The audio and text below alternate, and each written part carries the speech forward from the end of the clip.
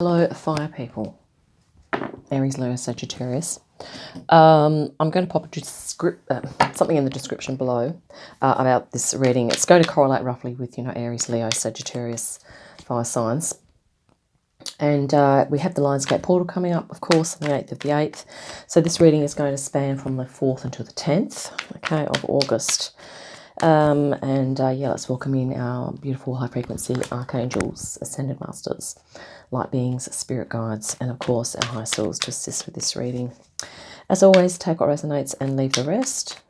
And during my walk this morning, some little downloads were coming through. I'm going to do a slightly different arrangement for the spread today. I'm going to do a circular design, sort of representing a portal, and the center card, of course, which we're going to see now for you fire people. So I've sort of been guided to do... I'll explain that later. Right now, we have the Page of Cups right at the center. And then we're just going to pull some other cards for around the outside here for you. Actually, yes, we'll just keep going. Okay. Now these cards we have to make the circular formation. I have 1, 2, 3, 4. Okay, in a cross formation, which are been guided to call these the pillars of stability. Okay, and then we have on the angles we have 6, 7, 8, 9, which are the phases. Sorry, points of shifting. Okay, and then the center energy. We could also look at the bottom of the deck as well. Knight of Wands, very appropriate for fire people. The Knight of Wands. Right, so at the center, actually, I'm just going to pause and just see what's going on here, and I'll get back to you in 1 millisecond. Okay, fire people, at the center, let's talk about the Page of Cups here. It's looking sort of quite positive here. There are some things that are going to help you to contribute to this, to feelings of stability and groundedness. Okay, Spirit's guided me to do the reading in this way because there's so many things in flux and change at the moment that we really need to try and keep stability and groundedness in balance with the forces of change that are going on around us and within us as well. So at the center here, this is interesting because we have the water element, and as you know, that's kind of like flow, right? So fire signs, you also have this red here, which is kind of signifying you, and I feel like this, it's looking here like you are going to meet with these Lionsgate energies here in quite a positive fashion. You have the world here, which is sort of to do with a nice balance, and this is a pillar of stability for you. So it's about you being able to balance your feelings of freedom, but also your responsibilities as well here. Okay. And you also have this is the portal, and the thing is, there's no there doesn't seem to be any. There's one energy here that's could be a little bit of stress that's going on, but there doesn't seem to be any apprehension on your part here, fire signs and fire people, about moving through this portal and kind of really reveling in the energies. Okay, and this sort of has to do with you looking at your emotions, activating your creativity, your intuition, maybe engaging in an art form, and this could be something that you're looking at the moment. And something that is going to be undergoing some change is that if you haven't been getting enough time to yourself, fire people, maybe this is going to be something that you are going to need to start doing a little more of. Okay, this is the Hermit. And also with the Hierophant, this is a point of shift as well, is that there may be some traditional beliefs and values that are going to undergo some changes and shifts for you. It might also be... This could be talking about the issues and the issue of commitment. So there might be something that you are either deciding to no longer to commit to, or maybe you're deciding to actually move into and commit to. Okay, so whatever resonates there. And the interesting thing is that these are opposite. So maybe this is to do with, committing time to yourself. Okay, making a commitment to yourself. That's what I'm trying to say. Making a commitment to yourself here, to give yourself time. Okay. Now, let's talk about the another stability point of a pillar of stability for you here, fire people, is that this is talking about childhood, but also emotional exchange. So it might be worth you, as you are, doing your meditations, having time to self here, meditate on your childhood and just consider those things that you really love to do and things that you're really excited about, things that gave you feelings of joy and elation as you participated in them, and maybe that's going to be a helpful grounding thing. Maybe there's something from your childhood that maybe you will be moving into. I mean, it could have even been something creative here. This is a very youthful energy as well, so maybe you are really getting in touch with your inner child again, and this is going to really help you with navigating the energies that are coming through, because we are going to really have to become more transparent, which means we're going to have to come into a greater connection with our inner child, allow it to express itself, as well as, maintaining our responsibilities here. This could almost be talking about you fire people balancing your inner child and your adult self as well, which is really nice. And we will clarify some of these cards in a moment. I'm also going to grab another oracle. So this is the Knight of Pentacles, which is a point of shift as well. And this is sort of to do with making plans. There could be an aspect here for you fire people that maybe if you have been making plans, that maybe you're going to have to change those plans a bit. Maybe you're going to have to tweak them and modify them, okay? And also if you have been in a big planning phase, a long planning phase, maybe this is going to be about you coming out of that planning phase and moving into action.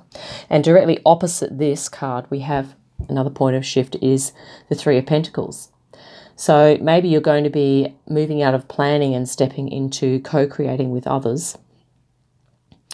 And if you've been doing a lot of things by yourself, maybe you're going to be working with others. The way that you work is going to shift and maybe undergoing change, okay? And yeah, this also talks about practicality, creativity, maybe consulting with others, like being the consultant, or going to see someone about something as well.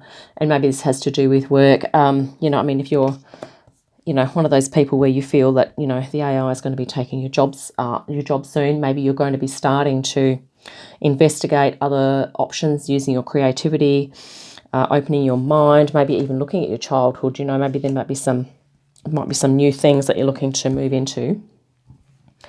Right next to that card, and interestingly, I'm going to clarify this, but we have the Nine of Swords. So there could be something that's a little bit stressful. Maybe it is sort of to do with work. Let's clarify that right now. And then I'm going to grab an oracle. Let's just clarify that Nine of Swords. Thanks, Spirit. I think that one wants to drop. Yeah, it's clarified by the Ten of Cups. So, fire signs, it's sort of like we're going to have stresses with all of this change that's going on, okay? And sometimes it is very easy to default to it's going to be bad, okay? But what Spirit's saying here is that it's going to end up being better than you think.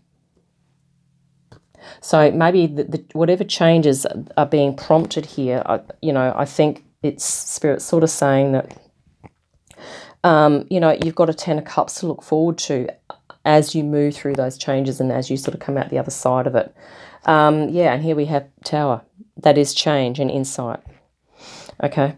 And the Tower is not always a bad thing. It can just feel a little bit like things have shaken up a bit. But here you have the Six of Wands. This is success as well, okay, on the bottom of the deck. So, if you are having, work concerns, I feel like that's going to be sorted. Now, I'm just going to pause for a minute and grab an oracle card deck for you. Okay, I've just grabbed the Gateway of Light activation, because I feel like with these really positive energies that you're really going to be tapping into your creativity, your intuition, and even your spirituality here, fire signs. Okay, and I feel that you are going to be moving through this portal. Despite changes and challenges, I feel like that even you know that you have what it takes to move through this.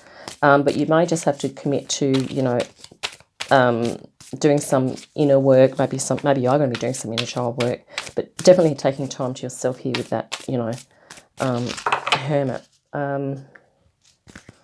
So let's see, gateway of light, stellar gateway activation, infinite potential. Yeah, and I think this is the thing that we need to sort of focus on, is that whatever we focus on is what we're going to get. Okay, so if through processes of change we focus on it being ominous and, you know, it's scary, or whatever we want to place onto that, whatever, however we want to judge it, that's kind of what we're going to get. Manifestation vortex, infinite potential. I'm just going to find that in the book quickly. I think we had this card last week. It's actually that stellar gateway chakra. And the thing is, you know, this is why it's worth going inward here sometimes, to just really, of course, we're dealing with all the, on the ground here on earth, we're dealing with all these changes, but spiritually, we're kind of moving light years ahead of where we used to be, okay? And that, I think we need to start, you know, acknowledging that. And, you know, you are an intermediary here. You know, this is your inner Hierophant between spirit and matter. So it's really giving yourself permission to take the time out to acknowledge that fact, okay? Here we go, stellar gateway. Let's read this.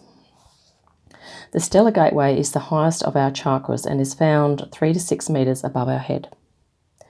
It is the energetic gateway that connects us with the divine matrix. It governs our connection to the spiritual laws of creation and the quantum field, and holds our life's potential, as it holds all the intentions that we set before this incarnation and all the intentions we've set during it that support the ever unfolding path of our earthly experience. Energetically, this portal is beyond time and space, and when we connect with it, we come into alignment with all the aspects of our soul's journey, including when we were part of the cosmos. This card transports us to a stargate that has a giant pyramid within it. Above the stargate, there are 3-dimensional images of Thoth, the former priest king of Atlantis, who is one of the ancient masters holding the secrets of the universe. This image is a reminder of our potential and of our ancient and starry connections. The pyramid is a symbol of rising power and of how our soul has existed through lifetimes. The stargate is a projection of our own stellar gateway.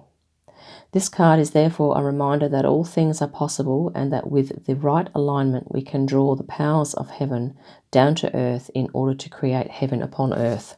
This is why this is in your reading. Okay. Connect.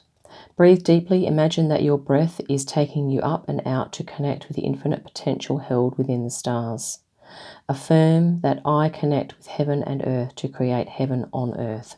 And also, I'm just going to add to that there are, your soul and, you know, within can, you know, has infinite possibilities as well, okay, which is kind of what they're saying here anyhow. The message here, just another paragraph. You are a master of manifestation. Every one of your thoughts, actions, non-actions and choices is affecting the unfolding of your path. Realize that you have great potential and power within you, and through your focused awareness you can draw on heavenly support to create the life of your wildest dreams. Know that all the energies you connect with are carried up to your stellar gateway, and if they are aligned with the intentions your soul had before this incarnation, opportunities will come your way. It is important to consider connecting with your cosmic origins at this time, and also tracking down the intentions of your soul. For if you can bring your wishes in this life together with your pre-life intentions, you can live a life that is aligned with the highest heavens. And this is what you're doing here. I've actually got chills right now.